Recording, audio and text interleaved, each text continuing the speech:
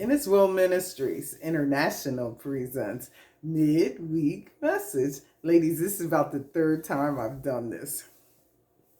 All right. In honor of Black History Month, this is my letter to the ladies. Dear women, I hear you on the internet talking about it's time for us to rest, stay out of it, take your time and rest. And I agree. I'm so proud of you. While you're resting, take this time to heal. Give your burdens over to Jesus. Give your trauma over to Jesus. Give your stress over to Jesus. Give your disappointment over to Jesus. And let him handle it. And you take this time and spend it with him. To my married ladies, remember back when you were in middle school and you were going through puberty and stuff, hair sprouting everywhere, stuff is budding, you're crying and you don't know why, like your whole everything is crazy inside of you, right? You didn't have any control of that. You just had to deal with it. Well, that's happening in reverse now. That's what's happening.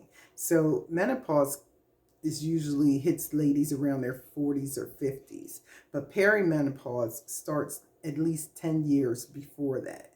And so you could be going through changes for like 10, 15 years. Unfortunately. At the same time, your man, your husband, could be going through the same thing. Because remember, they went through puberty too, right? Voice changing, stuff sprouting, big height changes, and like they were going through changes too. And so you both go through these changes as you move into middle age, I guess. But because of these changes, these temporary changes, whole marriages get thrown away. And we don't want that to happen. God loves marriage. God loves families. And so I need you to just hang in there. I need you to take accountability to the fact that this is going to happen to you, that this could be happening to you right now, but that this is temporary and it's medical. But there are ways to handle it. And so your diet, changes in your diet can help get through this. Accountability to how you're feeling, and that this is happening to you and not to the rest of your family, and kind of taking yourself out the situation, like so that everybody else isn't affected by what you're going through. So my thing was my thermostat was on 100. And so I'm always hot, but everybody around me was always cold. And so I had to realize that it wasn't just about me. This is my thing. This is what I'm going through. And so I need to separate myself and cool, right? While everybody else can stay warm. So if you need to sleep downstairs and your husband sleep upstairs where it's warm, then that's what you do, because it's always cooler downstairs. So if you have to do that temporarily, then that's what you do. It's like we have to take accountability to how we're feeling and not inflict it upon everybody else. And so I need you to sit down with your man and talk to your man and make plans. Like, how are you guys going to deal with these things that are getting ready to happen to you, or that's already happening to you? Because remember, he's gone through it too. And so the same grace that you would want for how you're feeling, you have to have that grace for him too. And remember that your relationship is a three-strand cord, and Jesus is the third strand. And if you can keep your focus on him during this really hard time, he will help you guys to keep it together. Okay? So that's for my married ladies. Don't let a perfectly good marriage go down the tubes because you guys are going through medical stuff right now. Okay? Because this is temporary and you have the rest of your lives together. Okay, single ladies, this is your time to rest and heal too. And I'm going to tell you, don't go chasing men during this time of healing. Chase Jesus instead. Because as you start to heal, as you chase Jesus and you're starting to heal, the type of man that is interested in you is going to change. The type of man that you're interested in is going to change. Because now some healed man is going to see healed you, right? God's not going to send you his really like perfect king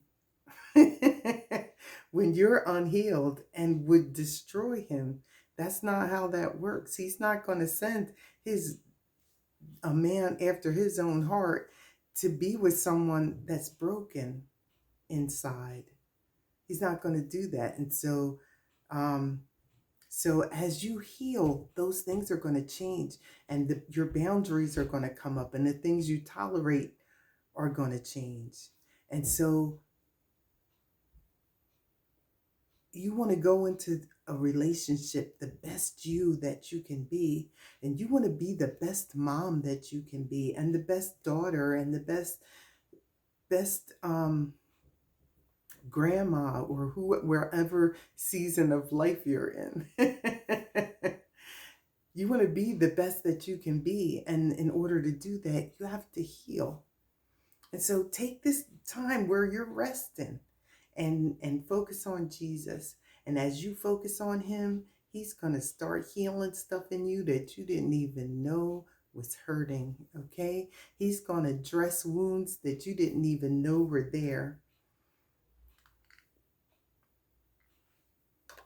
Single ladies, if you're single, take this time and be single.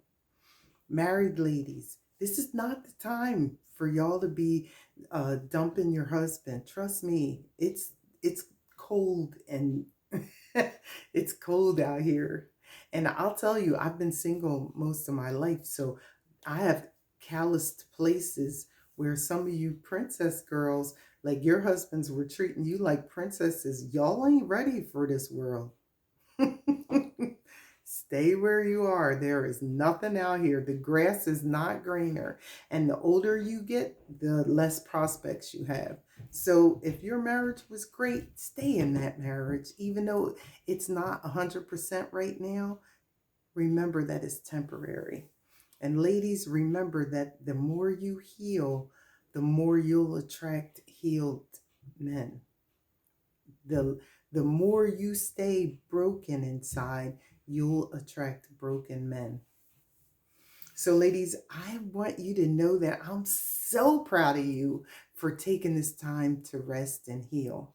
While you're resting and healing, think about what investing our time and our passion and our empathy into our own community. Imagine what we could do within our own community if we put the time and resources that we put into helping others, if we did that for ourselves.